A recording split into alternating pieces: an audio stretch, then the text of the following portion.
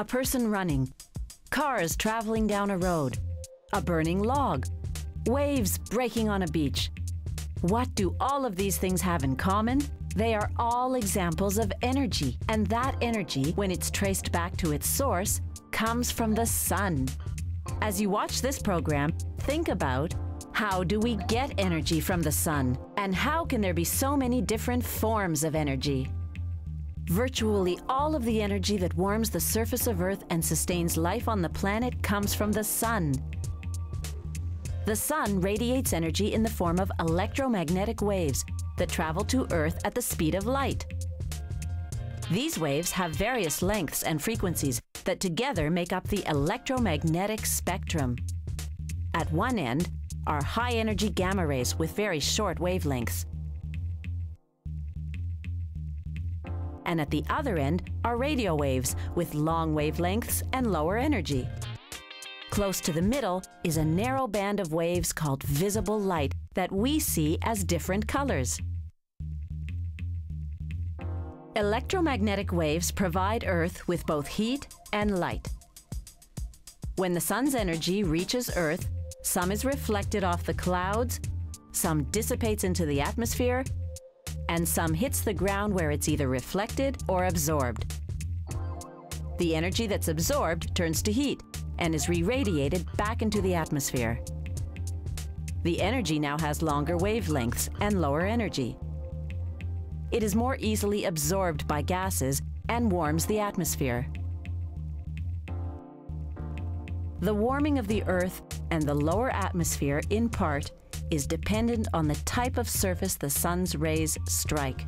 Fresh snow, for example, reflects most of the sun's radiation, and consequently very little is absorbed to be re-radiated.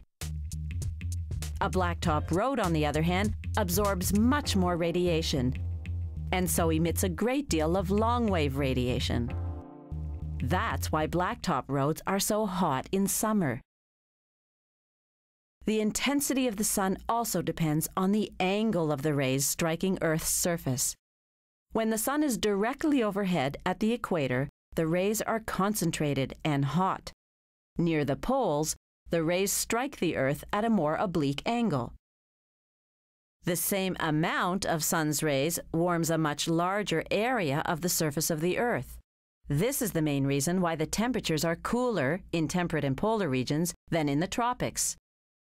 This is how the Earth receives the sun's rays. But how is it possible that the sun's energy is transformed into other forms of energy? Does the runner's energy come from the sun? Yes. If you trace back the source of the energy, it ultimately comes from the sun. This is how it works. Plants convert the electromagnetic energy from the sun into chemical energy and store it in their tissues in a process called photosynthesis. When animals eat plants, they are able to digest the stored chemical energy and use it in their own muscles. That is where the rollerblader gets the energy that he uses to sprint along the road. Even animals that only eat other animals get their energy from the sun because they digest the chemical energy that is stored in the cells of the animal that they have eaten. The energy has gone from the sun to the plant and then to the animal. This is a form of energy exchange, and there are many other examples. When a log is burned in a fire, it releases chemical energy that was created from the energy of the sun. Cars run on gasoline, a fossil fuel formed from the remains of microscopic marine animals that lived millions of years ago. Those animals originally got their energy from the sun and stored it in their tissues. It is that energy that we use to drive our cars. Wind energy also comes from the sun. As the sun warms the atmosphere, hot air rises and cooler, denser air rushes in to take its place. The wind is in constant motion all around the globe. It spreads warmth and gives us our weather patterns. The energy in the movement of water also originally comes from the sun. Waves are caused by friction between the wind and the surface of the water. Moisture evaporates into the atmosphere by energy produced by the heat from the sun. The wind can blow the moist air onto land, and it falls as rain.